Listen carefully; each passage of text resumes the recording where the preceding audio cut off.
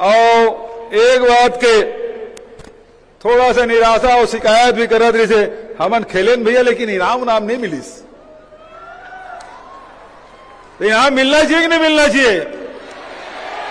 हाँ, ये अधिकारी मन थोड़ा कंजूसी कर दे।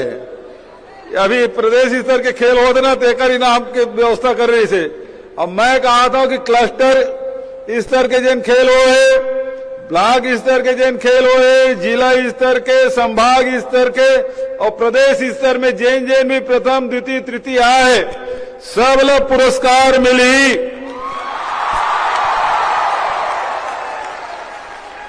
ठीक है?